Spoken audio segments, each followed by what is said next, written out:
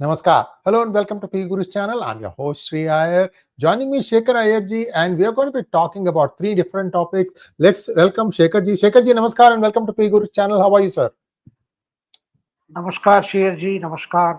Today, my heart goes out to the families of the 260 people who lost their lives in the AI171 crash uh, in Ahmedabad last month. Today, in fact, ever since midnight of Friday, they have been going through a lot of trauma because the kind of reports that have been coming just on the basis of a preliminary report of the Aircraft Accident Investigation Bureau. And this preliminary report has just listed the sequence of events, what happened, the preliminary findings of the cockpit voice recorder, the data recorder. It's just a plain statement of facts.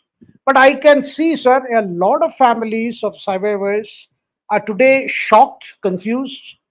They do not know what to make of this because the international media, particularly the Western media, has gone berserk, suggesting that that one of the pilots actually shut off the fuel, all because of one conversation that says the one pilot asked the other pilot, "Why did you shut off the fuel switch?"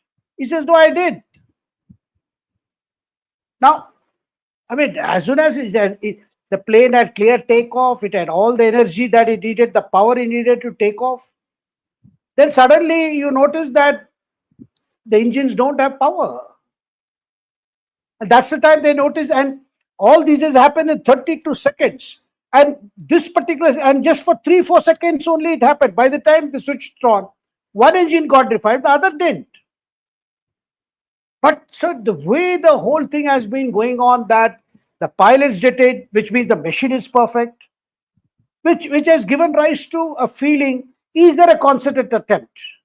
Is there a concerted attempt to protect the liability of the manufacturer? Also, a big deal is being made about a Federal Aviation Authority's 2018's bulletin. The actual word is a Advisory. bulletin, Yeah. advisory bulletin, to check the fuel system. I mean, there is a possibility of a disengagement issue, but it's not serious. Sherji, you have already done a wonderful show this morning, listing what the findings did. Now, with all this going on, I would want you to tell us what exactly does the report say, and why is all these inferences being made out, and why is Western media going berserk on this, sir? Shekhar Iyer ji, this is a liability issue, plain and simple. And viewers, I have done one complete analysis on the faults of Boeing 787 at the production in North Carolina facility, about how couple of the whistleblowers, 3 whistleblowers were there, 2 are dead, only 1 is still alive. And what they said that you will start finding problems 10 years later. You won't find problems today. And to a clock, something like this is happening now, sir. Boeing has a huge problem on their hands, huge problem. And they are probably, look, there is a certain, sir, my skin is brown. One of the things I realized, even in a merit-based environment like the Silicon Valley, at some point, if I'm going up against a local, the skin color works against you. I never complain about it, but this is the fact. Sir, I'll tell you a simple thing, sir. I'm an inventor. There are 3 of us who invented most of these things. One of them is a white Caucasian. The other man is also brown. I am brown. The other brown person was running the business, so he would never be quizzed by patent attorneys. So always the questioning will be reserved only for me, in front of the audience, in front of the judge, that you didn't do this thing yourself. How many courts I've faced, sir? See, some of the stuff that I say here, I might be coming across strong sometimes in emotion. It's all the scars that I have of having been questioned. Oh, you are not white, therefore you will not be speaking the truth, or you are not saying the truth. So somewhere this is there, and I have seen it very, very clearly in these white-run organizations like New York Times and Wall Street Journal. And then there is a certain amount of fear also, because the brown man, you can call it whatever you want. I'm calling it like a spade as a spade. They are doing well. You have so many CEOs in Fortune 500 companies, and they're running the companies well. Let's admit that. So be that as it may, this is definitely an attempt to try and absolve Boeing of all responsibility. In fact, that's one of the things I could clearly say in my monologue in the morning, that look, once they realized that this thing had accidentally cut off, they still tried to revive it. One engine picked up and started giving things, the other one did not. So, sir, think about it from a sabotage point of view. Somebody has planned this. So they would have also planned for the fact that if these things cut off, that the pilots might realize it and try to turn it back on. Even then, it should not work. See, I'm playing the devil's advocate here, right? So this needs to be investigated more. I think Tatas have a huge responsibility on their hands. They may be also contracting software to Boeing. I'm not sure. My point in trying to say all this thing is, the truth has to come out, because right now the average passenger is scared to fly in a 787. I'll put it bluntly. I'm saying, sir, I mostly travel only in Airbus. That's because the airline has bought them. It's not that I have a choice. I have traveled in 787s. For example, I've traveled Air India. It's a little bit of a up and down thing because the equipment is a little bit old, but the service is excellent. And it's just point to point. So you bear with it for a few hours. So what? That is my mindset, sir. I'm not saying everybody should do this, but clearly I'm telling you that the pilots did their best to save the lives. I mean, see, whether you take IC814 also, they blame the pilot. This was a different person, different era. But somehow this pilot did the mistake is not something that is coming out in this case. The data points to something else. Please look at that something else is all I would say. There's enough information on the one completely intact data recorder that has given you all the data. The second one, they'll find out.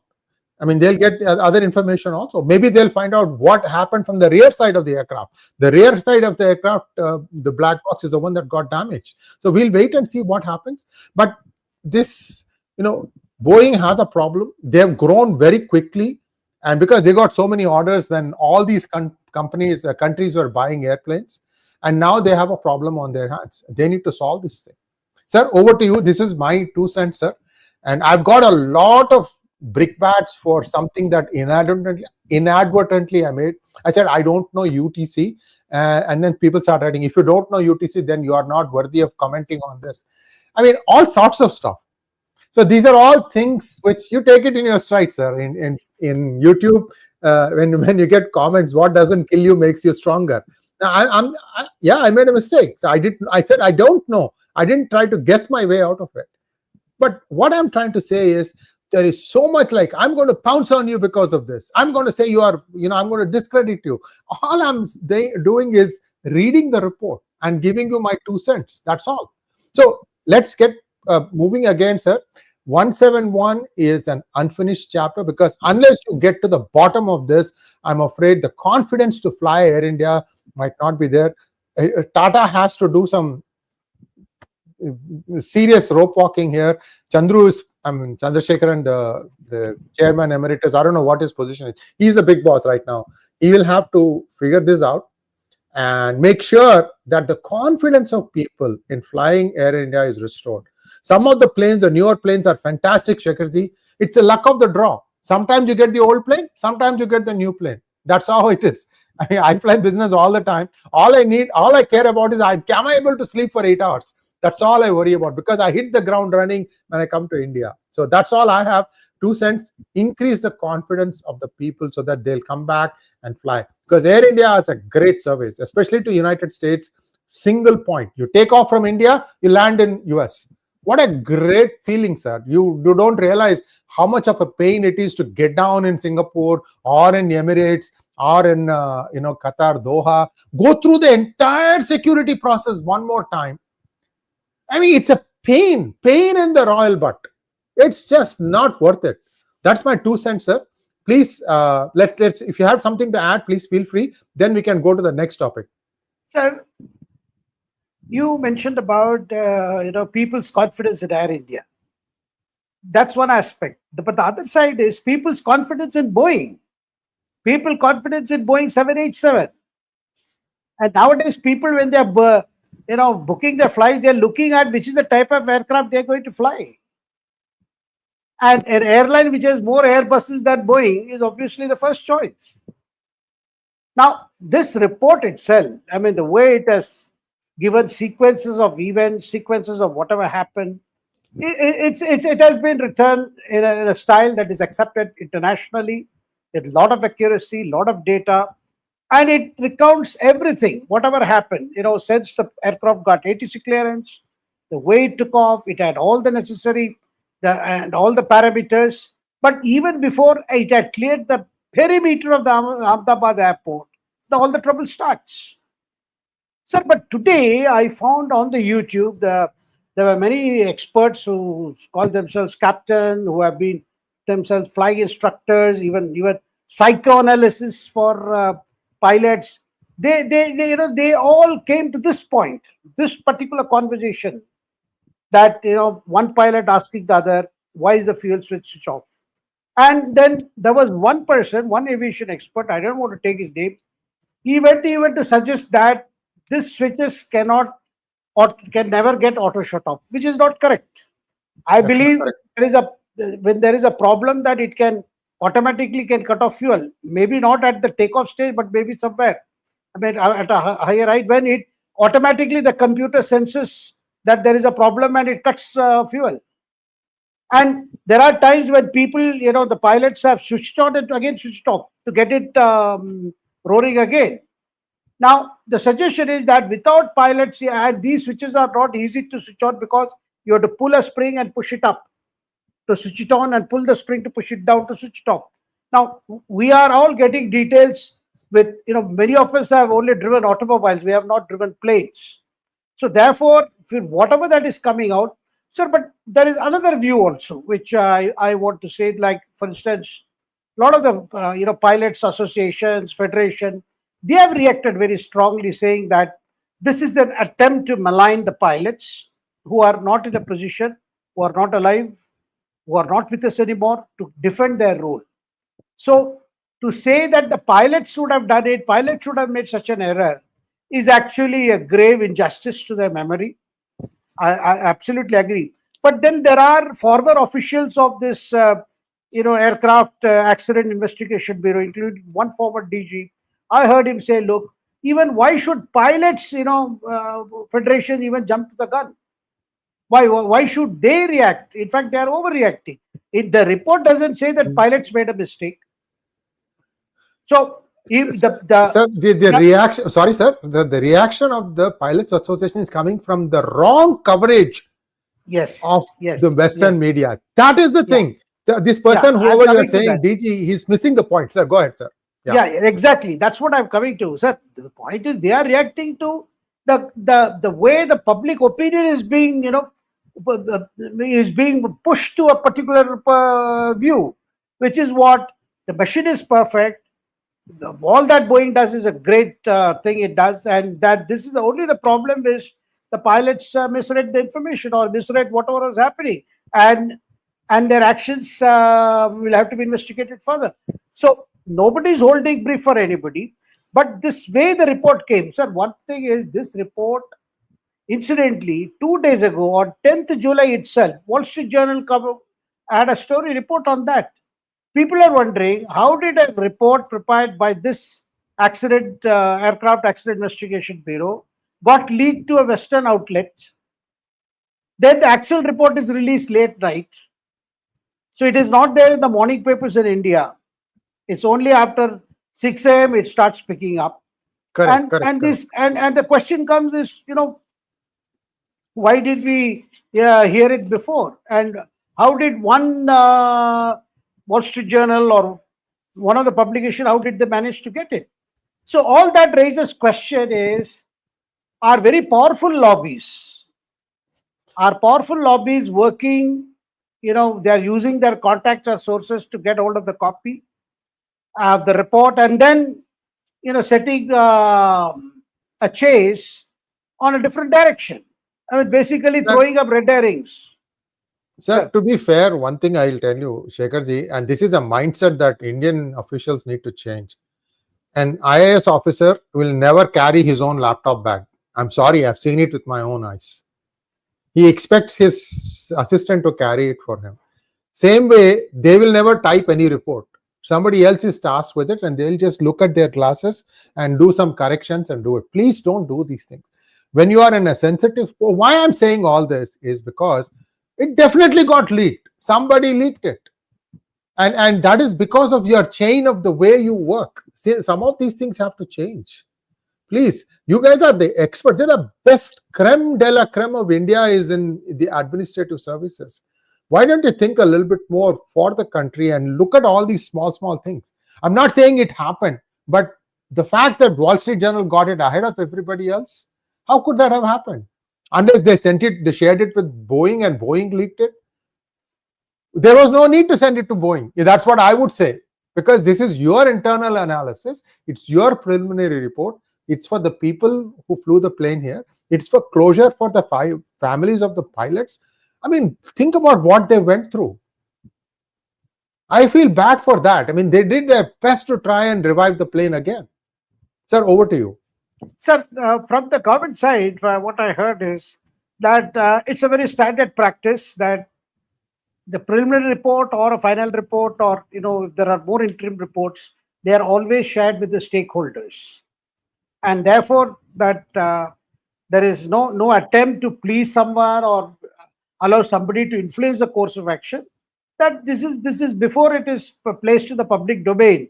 All stakeholders are covered, and obviously the manufacturer is one of the stakeholders in this whole thing.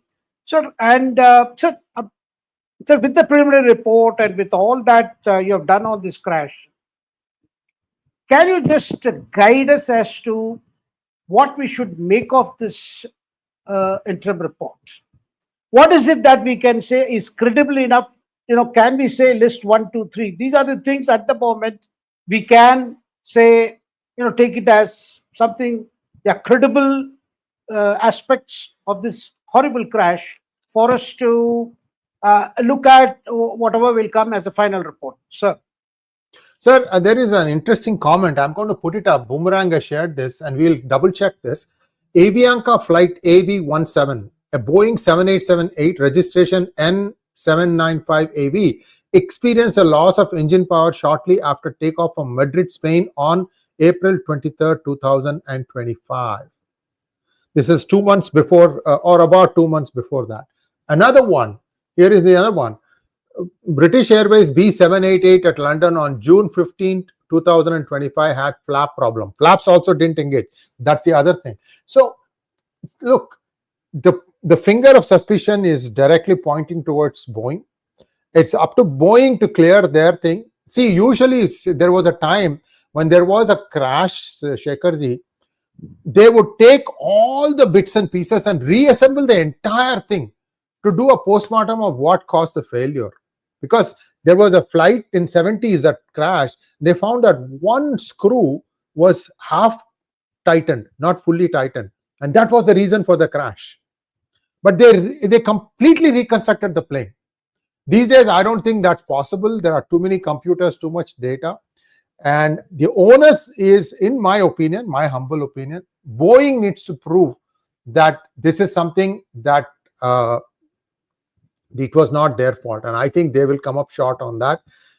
My 2 cents again, just looking at the track record and looking at the number of instances. It's just not a one-off instance. We just showed you 2 more instances here. So you have to prove.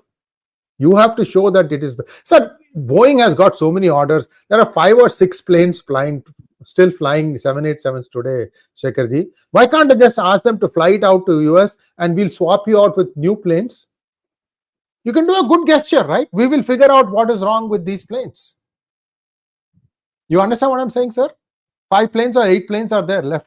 There is a see, in my monologue I said there is a batch of planes, 787s, of which I think India got 5 or 8 planes. 12 or 13 were the ones that were flagged as being very defective in terms of QA testing. People left cables inside the compartments. Tape was left loose, strings were there, copper wires were there, in places where it shouldn't be. And when the engine sucks, right, it can easily, if one wire goes and gets lodged in an electrical circuit, it can short a lot of stuff.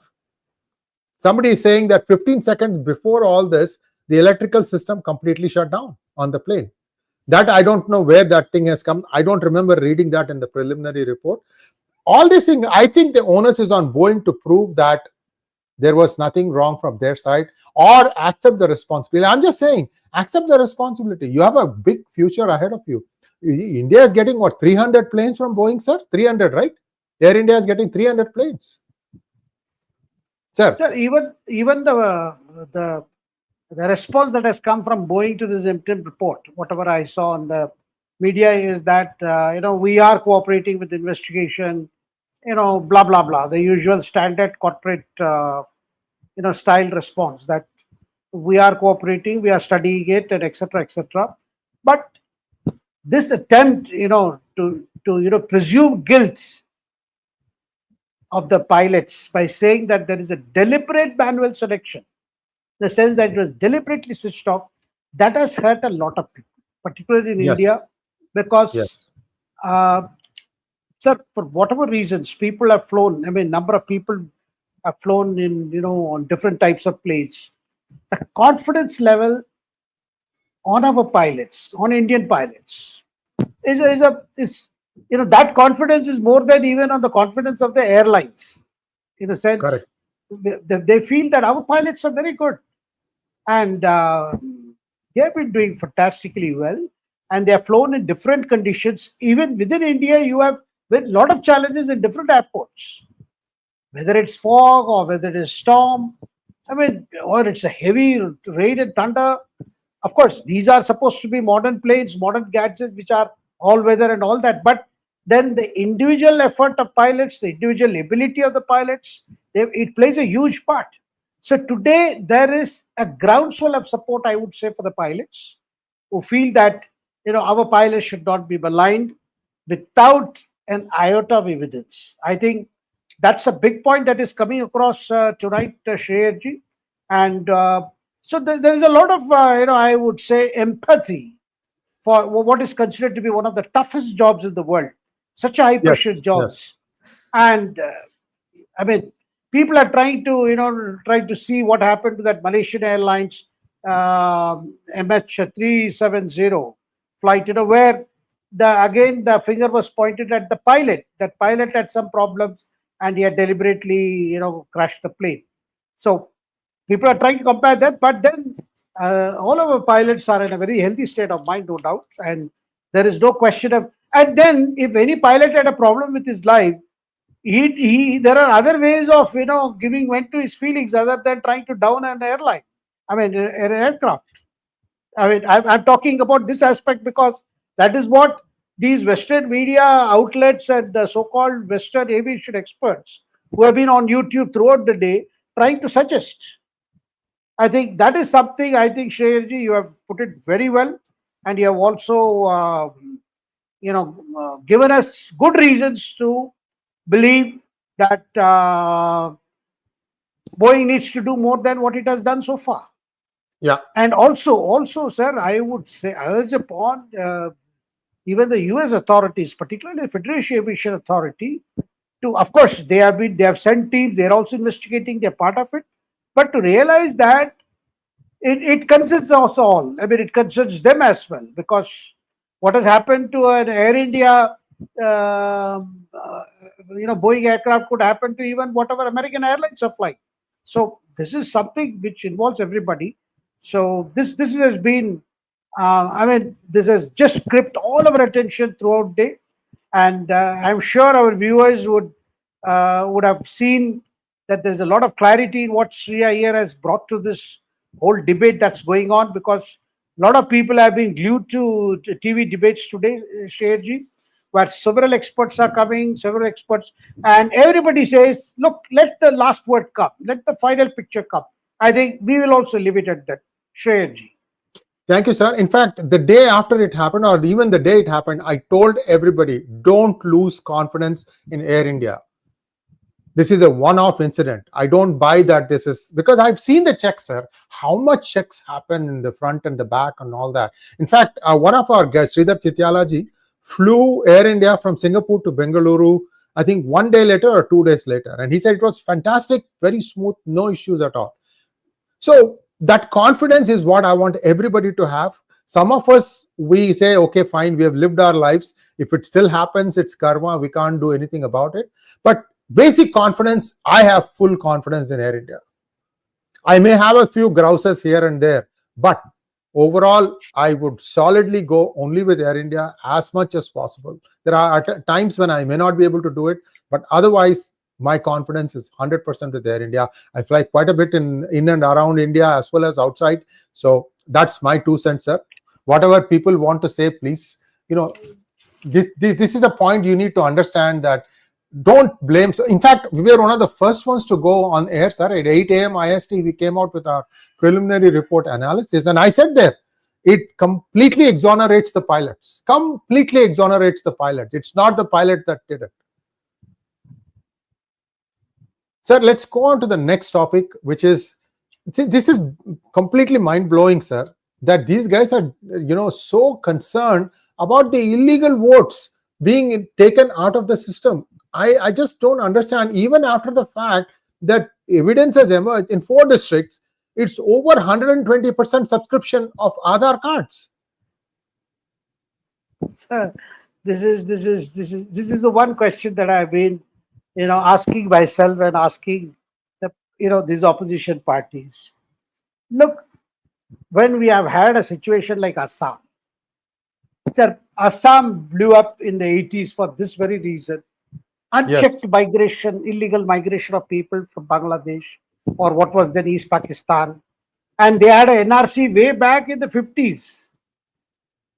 And then they attempted another NRC, and how, sir, what is coming clear is people have been coming. There has been an organized migration of people from, I'm saying organized because moment they cross over the border and come here, there are gangs working to get them all the 3 in one go for a good sum. They get their Aadhaar card, they get their electoral voters card, and they also get PAN card. And once they enter West Bengal from Bangladesh, then they move on to other parts of the country, because the reason is economic. I am not suggesting that all of them are coming to create a big mayhem in India, or they want to straight away get into terrorism. I'm not suggesting that. Yes, they are driven by economic issues, economic consideration, and for the sheer lack of opportunities in Bangladesh or in West Bengal. West Bengal is only the doorway. In fact, it is the Dwarbanga actually, not Dharbanga, which is also a form of the Dwarbanga, but it is Dharbanga for the rest of the country, because that is how they enter. Now, sir, in the last Jharkhand Assembly election, this was an issue. That Ghuspetis, and there were Congress leaders who were caught on video assuring these Ghuspetis, we'll regularize you. Yeah. Because you have already got the voters card and you are being allowed to vote this time, so do it. Sir, Election Commission is guided by 2 things. 2 provisions of the Constitution. One provision says, as far as the conduct of election is concerned, Election Commission has all the powers of a superintendence, and to ensure the purity of the process. That is one. Number 2, Election Commission is enjoined by the Constitution to see that the ordinary citizen of India exercises his franchise. So the emphasis is he has to be, wherever he is voting, he has to be an ordinary resident and he is a citizen. Now today Congress party, sir, the matter came to the High Court on 10th, we saw. And, I think Supreme Court, right? Yeah, Supreme Court. It came to the Supreme Court. There were 10 petitions in the court. They challenged it. And then Supreme Court refused to grant a stay. They did not want to stay this process, that is the process of special intensive revision of rules in Bihar. They said we are not stopping it because Supreme cannot actually stop anything, because it cannot direct the election commission in the voting process. Yes, Supreme Court says it can question the judicial process involved, but it cannot question the decision per se for revision. So they said we are not. And all the judges suggested was in their order that why did you leave out Aadhaar this time? Because Aadhaar was used for Form 16. Election Commission says, look, Aadhaar has been made clear many times. Aadhaar card is not is a card that proves your citizenship of this country. It gives you an identity. And it is neither even address proof. But what has happened in Bihar, sir, in particularly Simanchal, and all these districts, Kishanganj, Purnia, Katiyar, Araria, they have all seen, 126% saturation of Aadhaar card, which in a very simple language, for every 100%, there are 126 Aadhaar cards. Voters. Which means, Yeah. Aadhaar card. 126 people, they have got 126 Aadhaar card. Whereas for 100 people, you should have 100 Aadhaar card. Which means one person may be having 2 or 3 Aadhaar cards. And this is a situation everywhere. So obviously Election Commission was concerned and they said we have to go into a special intensive revision. So in January, one revision, what is the summary revision? Summary revision is every year, sir, in January they publish the list. In election bound state, they do little more revision and they publish it. So one was published in January and included all people who had turned 18. Now, sir, interestingly, even the Congress party, which is the petitioners from the Congress party did not seek a stay, which today Congress is saying, look, we didn't even seek stay. But then Election Commission has no authority to decide on the citizenship of the voter. No, it is not deciding on the citizenship of the voter, but it has all the power to disenfranchise a person whose citizenship it suspects. Correct. Because citizenship is going to be an issue of the Home Ministry. And it will be guided by the illegal, Migrants Tribunal Act. You set up a tribunal and then there is a process for that. That's different. But at least you can prevent those who are, of suspicious origin or of a year. And this is nothing about anti-Muslim. But sir, the way the opposition parties, whether it is Congress party or Rashtriya Janata Dal, headed by Lalu Prasad, as if that they need these foreign voters. No, how can you keep them out? How can you keep them out? Arey Baba, why are you so, you are almost saying that I need them. Which means citizens of this country don't vote for you. Only the people who are not citizens, they vote for you. So what is, sir, this is the test case, because Election Commission has made it very clear the next exercise they will undertake is in West Bengal. And the West Bengal, the issue is even more serious. It's much more serious, sir. Here in Bihar, it is 94% average across the state. In West Bengal, across the state, average is 105.7%. Much more serious, sir. Over to you. Sir, already, sir, all over the country, if you look at the migrant workers, all over the country, 70 to 80% come from Bengal. Yeah. And out of that 75 to 80%, at least 60% will be people from across the border. Therefore, it's a serious issue. And sir,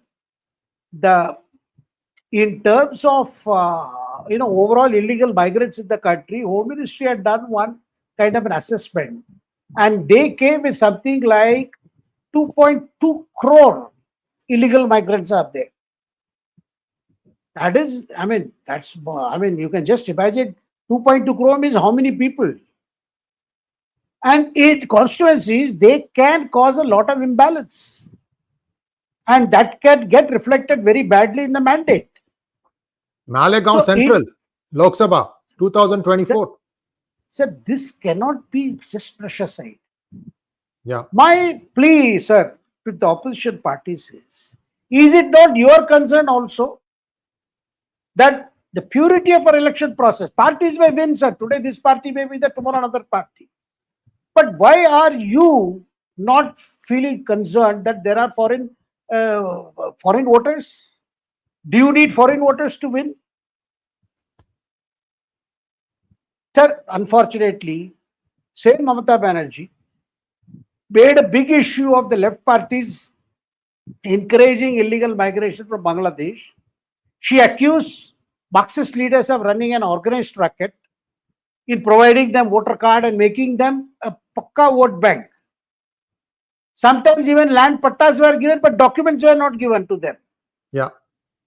And there have been demographic changes in all the border districts in Bengal, which does not reflect the normal rise in population in other districts all over the country. So these are matters, and it should concern everybody. Now, sir, one more thing. In Maharashtra, Rahul Gandhi made a big deal about increase in voters in one particular constituency. This is in Fadnavis constituency, it went up like this. That 1 crore voters were added. Sir, in Maharashtra, then he said, no, that is Maharashtra model where it is added, and it is Bihar model, it is being deleted. Sir, I have to say this. I looked at the margins of victory of Devendra Fadnavis in the previous 2 elections that he contested. It is far more than the numbers that Rahul Gandhi is quoting. He is quoting something just to make a point because it is the name of Devendra Fadnavis. These people are see, you have to understand one thing in politics, viewers. If they are going hard at one particular politician in a particular party, they know that this is the person who's going to be the next future big leader. Just like what happened to Modi. Now you are seeing what's happening to Yogi Adityanath, and you are seeing what is happening to Devendra Fadnavis. This is really the key of the whole thing. Rahul Gandhi is a loudmouth. He's half the time he just reads and he doesn't even understand what he's talking about. And essentially, what I would say is Congress needs to dump this guy and find somebody who's much more reflective of what the Congress is capable of doing. Because I want a 2-party system, a healthy 2-party system in India. I don't want a single party system either. You have to have a good, functioning, thriving democracy.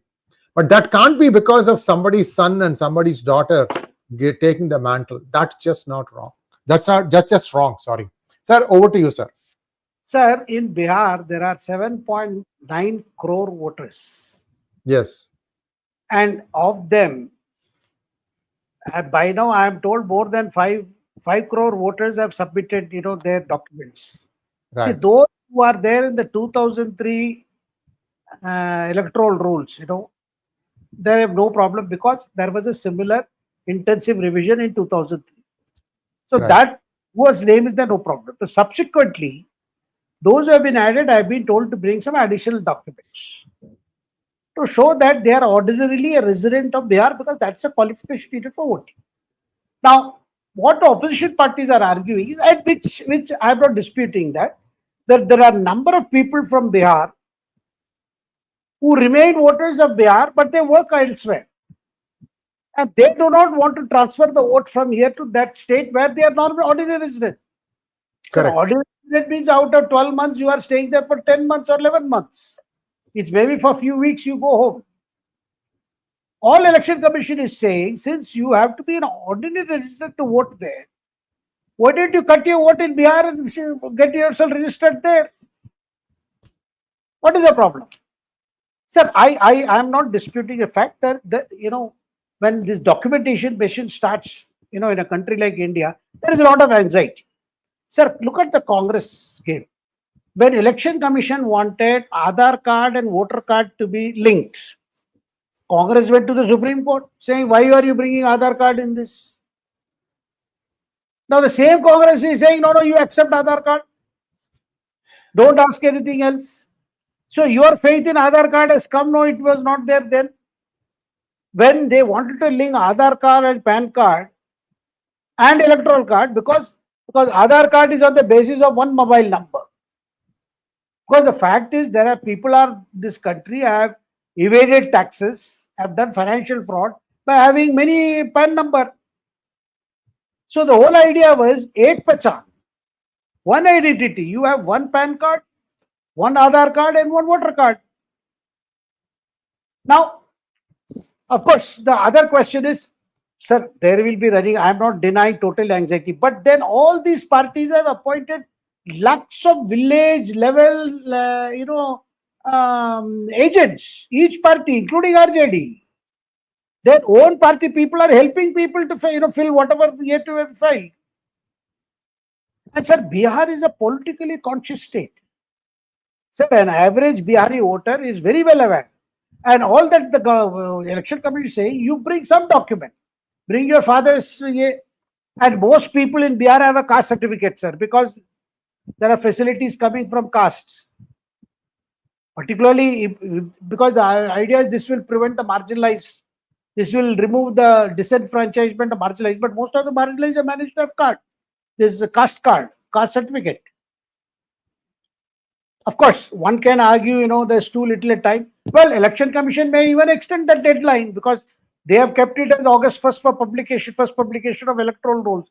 They can even take it up to September. Probably they will, because the matter will come in the court in July 28. But the interesting part is Supreme Court suggested to Election Commission, look, you try to include Aadhaar and ration card. You take that also along. Why you have listed 11 documents? You take this along. Now, Election Commission has not responded to this. They have not said anything about the Supreme Court suggestion. But I think the anxiety created by opposition parties, is it the real reflection on the ground? Well, some politicians tell me from Bihar, tell me, no, it is not so.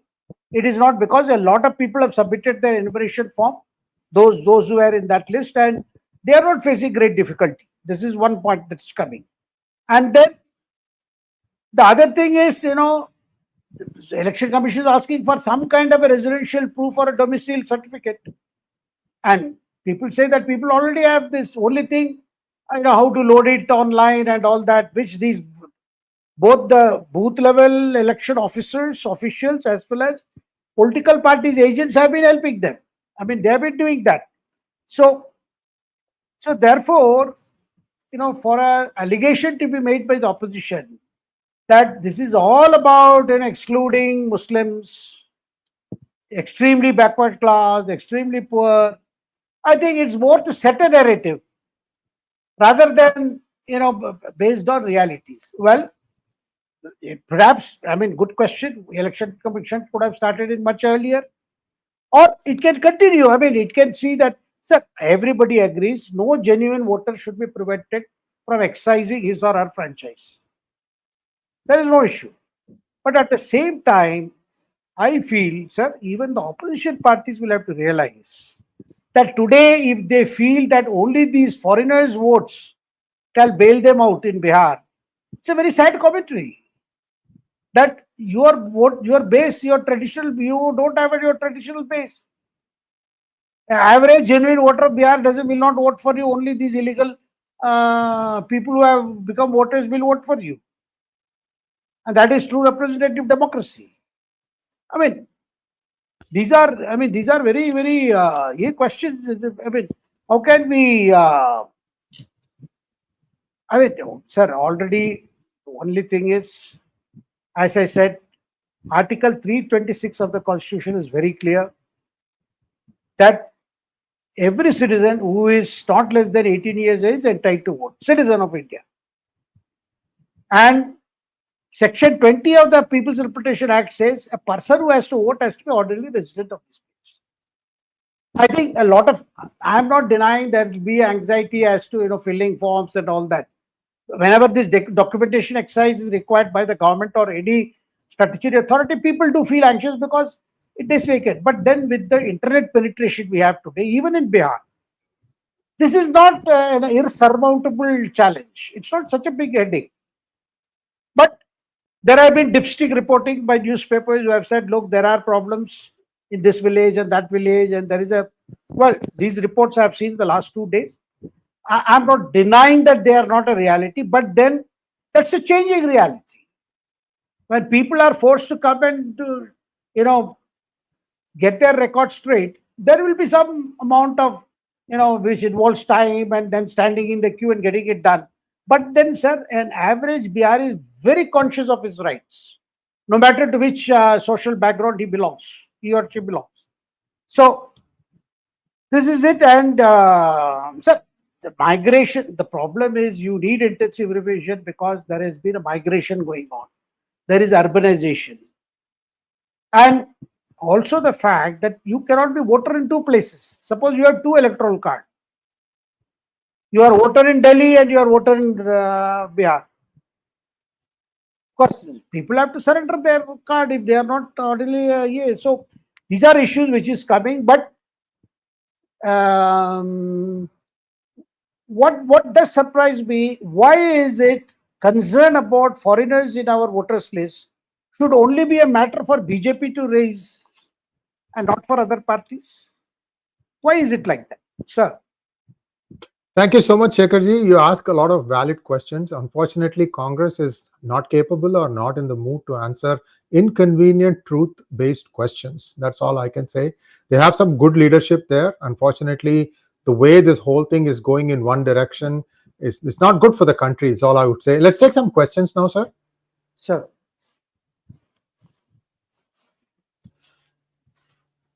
First question from Varga64. Is it going like Jesscia Lal murder case? No one shot bullet. Everyone helped her to hospital. No witness, no evidence. Still, she was murdered in broad daylight. I think this is in reference to the AI171 crash. Yes. I think, no, it's not going to be like that. It's not going to be like that. I'm sure with a lot of diligence and patience and looking at corroborative evidence, the investigators of this AIIB are going to come to some kind of a conclusion, and in which will require all stakeholders to, to accept those findings and act upon them. And this is not just about aviation safety in India or out of India. It's about aviation safety all over. I think every country which is flying Boeing or any aircraft for that matter is equally concerned how this progresses. So I think it won't go the Jesscia Lal murder case. Well, let's wait and see. So Naresh wants to know if did the 5G tower signal interference on the FADEC and electronic fault on fuel cutoff valve or override during landing or takeoff? Your view, sir. Sir, this is something that is new, but there are some stories that have come in the press also. I'd request Sachinji to put those things in the chat window. So there is one thing that there were questions raised about 787 and 5G, but the FAA issues airworthiness notification related to 5G and Boeing 787 aircraft. This is an article in Aerotime. These questions were asked, and FAA, that is Federal Aviation Administration, said that this is fine. This was given on January 14, 2022. This question was raised, and FAA said that it is fine. You see, one of the things that we have to understand, I'm going a little technical. The airline body is actually metal. The 5G tower is outside that metal. So the signal gets absorbed by the metal, Shekharji. So unless there is like it is directed towards a particular point which has like a sticking antenna that will go right inside the plane. I mean, it gets a little far-fetched to think that 5G can interfere in this. I'm not 100% sure. And 5G, the wavelength is very, very short, which means the distance is very short. You go to your house. Many of you have routers. You have 2.4G and 5G. And when you install it, whether it's Airtel or Jio, right, you get both options. Go to the furthest point in your house. Try to connect using 5G. This is just 20 feet from your router. By the way, you should set your router in the center part of your home, not near a bedroom window. Please don't do that. If you want to use Wi-Fi throughout the house, you want to put it at the center where you geometrically you figure out where your house center is. That's where you need to install it. Make sure they install it there. That's the best thing for you. But do this exercise. Each one of you can do this. See how well the signal of 5G is, how well the signal of 2.4G is. and this is within the house, within 20 feet I'm talking about. You will see the difference, viewers. Next one.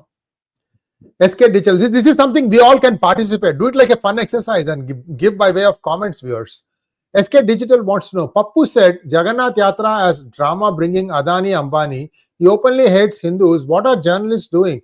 What are people doing? What are judges doing? Sir, I think Rahul does not understand the whole the concept of Jagannath, or the Jagannath tradition of Odisha, or the Ratha Yatra, the aspects of Ratha Yatra, and how it has been going on for centuries. And so Jagannath, Lord Jagannath in Jagannath Dham, not the one that Mamata has created in Diga. I'm talking of one of the important 4 dhams in Puri. This place has been blessed by several mystics who have come. Not the least, I mean, Adi Shankaracharya was there, and if you want more closer to our times, was Chaitanya Mahaprabhu. And Jagannath Mandir is seen as one. I would say that it's not just a temple, but it's one which is an energy source. People who have gone there had darshan, and they feel that there is an energy emanating from that temple. So, I mean, for him to all reduce it to Adani, sir, Adani, I mean, we are not holding beat for Adani or anybody. Gautam Adani and his company, I mean, they have been coordinating with ISKCON to feed people during the Rath Yatra, because lakhs and lakhs of people come to see the Rath Yatra.